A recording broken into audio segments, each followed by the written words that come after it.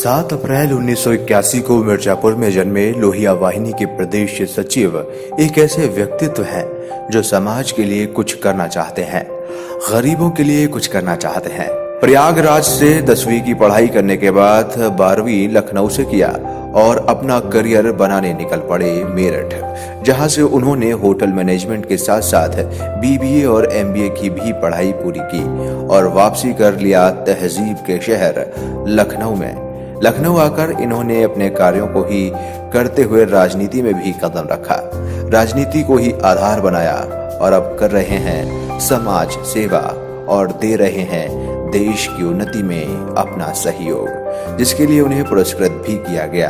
प्रदेश सचिव पंकज राय का मानना है, समाज सेवा से बड़ा पुण्य कोई और कार्य में नहीं होता है।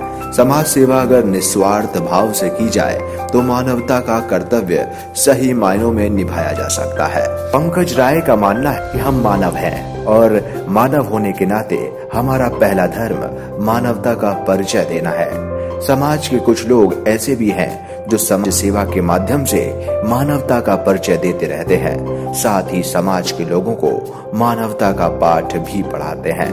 इसी के चलते इन्होंने अपनाया प्रगतिशील समाजवादी पार्टी को और सबकी मूलभूत आवश्यकताओं को ध्यान में रख के समाज के प्रत्येक नागरिक को अपने सामाजिक एवं पारिवारिक दायित्वों के साथ साथ समाज सेवा के लिए आवश्यक समय निकालकर गरीब बच्चों को बेहतर शिक्षा एवं उनके उत्थान के लिए हमेशा प्रयासरत रहते हैं।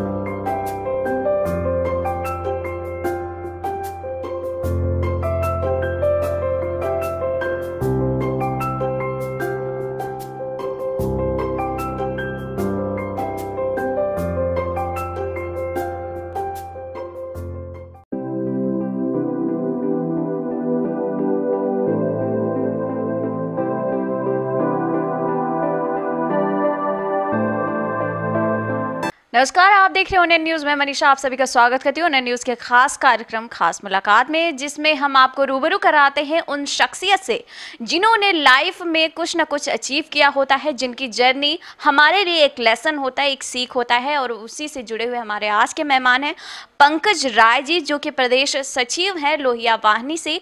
उनसे आपको रूबरू कराएंगे, उनके जर्नी के बारे में जानेंगे, उनके अचीवमेंट के बारे में जानेंगे। तो सर, सबसे पहले तो आपका बहुत बहुत स्वागत। थैंक यू सर, आपकी जर्नी के बारे में जानेंगे, कहाँ से आपने स्टार्ट किया और क्या क्या अचीव किया। 2003 में मैंने होटल मैनेजमेंट पास आउट किया। उसके बाद फिर मैं ताज में 2 साल था।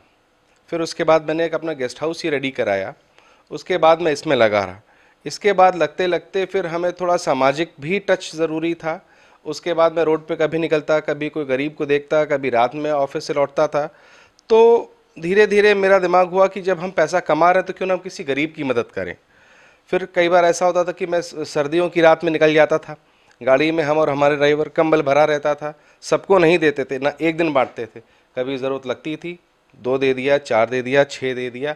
इस तरीके से लोगों को, मुझे पता नहीं क्या था कि मैं सब किसी का दुख देख नहीं पाता था, तो इसलिए मैं सबके साथ ये सब काम करता रहा। समाज सेवा की भावना लेके आप प्रगतिशील समाजवादी पार्टी से भी जुड़ गए। तो सर, राजनीति में आने के लिए कैसे आपने सोचा? राजनीति में आने के लिए मैंने सोचा नहीं, अचानक ही मेरी एंट्री राजनीति में हो गई। हम लोगों के एक चाचा जी हैं, उन्होंने हमसे कहा कि पंकज तुम एक काम करो, इतना काम करते हो, थोड़ा राजनीति में भी आओ। उनका नाम है डॉक्टर CP राय साहब। उन्होंने हमसे कहा कि तुम आ जाओ पंकज। मैंने कहा ठीक है, अब आपका आशीर्वाद मिलता है तो मैं आ जाता हूँ। तब मेरा प्रवेश हुआ। सर, राजनीति में आने के लिए अपने अंदर एक जो है सीख होनी चाहिए या राजनीति से जुड़ी हुई चीज़ें होनी चाहिए एक इंसान को कि हाँ राजनीति में उतर रहा है। जब आप राजनीति में उतरे तो क्या राजनीति के बारे में पता था, वो सीख था आपके अंदर? हाँ, राजनीति के बारे में हमें पता था, काफ़ी चीज़ें हमें राजनीति के बारे में पता थी। बेसिकली मैं राजनीति में इसलिए जुड़ा हूँ ताकि जो गरीब तबके के लोग हैं मैं उनकी मदद कर सकूँ। सर, प्रगतिशील समाजवादी पार्टी ही क्यों चुना आपने? कोई और भी पार्टी चुन सकते थे? हाँ, और भी चुन सकते थे, और भी लोगों ने हमसे कहा, लेकिन इसमें जो शिवपाल जी हैं उन्होंने ऐसे काम किए हैं कि जिनको आप देख के उनके तरफ आप आकर्षित अपने आप हो जाएंगे। कभी उनमें मैंने सबसे बड़ी एक चीज़ देखी, वो अच्छी जगह बहुत मेहनत किया उन्होंने, लेकिन कभी उन्होंने उस चीज़ को उजागर नहीं किया। आप जब भी उनसे मिलेंगे तो आपको ये कभी एहसास नहीं होगा कि आप पहली बार उनसे मिल रहे हैं या आप उनको कभी नहीं जानते थे। हमेशा अपनापन दिखाते हैं। यानी कि हर इंसान का एक आइडियल होता है। सर, आपका आइडियल कौन है? मेरे आइडियल मेरे फादर हैं। सर, क्या चीज़ें हैं जो आपको अट्रैक्ट करती है आपके फादर की? वो समाज सेवा है या इसके अलावा भी कुछ? मेरे फादर समाज सेवा भी करते हैं और मैंने फादर से कई चीज़ें सीखी। सबसे बड़ी चीज़ मैंने उनसे ये सीखी है कि जब आप किसी से बात करिए तो आप अपनी बात को कैसे कह के और अगले को इम्प्रेस या अगले को आप अपने उसमें रख सकते हैं और कैसे अपनी बात आप मनवा सकते हैं। सर, आपका जो अचीवमेंट है, आपके जो उद्देश्य हैं, उनको लेके समाज में आपको एक जो है स्थान मिला हुआ है, उसके लिए आपको अवार्ड से भी नवाजित किया गया है। क्या था वो अवार्ड, उसके बारे में थोड़ा सा हमारे ऑडियंस को बताएं। हाँ, अभी 2019 में 16 तारीख को एक अवार्ड फंक्शन हुआ जिसमें मिस्टर विनोद मिश्रा जी ने हमें कहा कि आपने समाज के लिए बहुत किया है। उसका नाम है हस्ताक्षर इंडिया।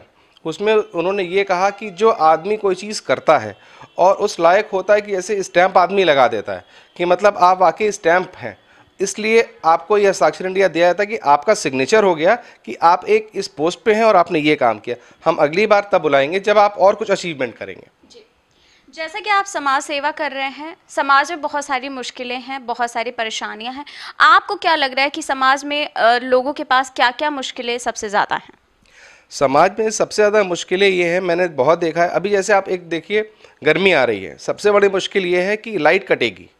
उसके लिए सबसे और ज़रूरी चीज़ ना सीवर है ना पानी है।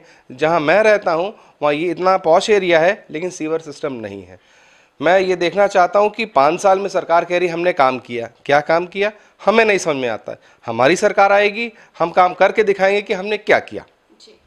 आने वाले समय में आप क्या लोगों के लिए लेके आ रहे हैं, या समाज सेवा में आप क्या क्या चीज़ें करेंगे? समाज सेवा में सबसे बेसिकली हम जो बेसिक नीड्स हैं हम उसको पूरा करेंगे। जैसे कि अगर आप देखिए, कहीं गर्मी आ रही, कहीं पानी की व्यवस्था नहीं रहेगी, हम लोगों के लिए बसें चलवाएंगे या ऑटो चलवाएंगे जिस पे फ्री पानी रहे।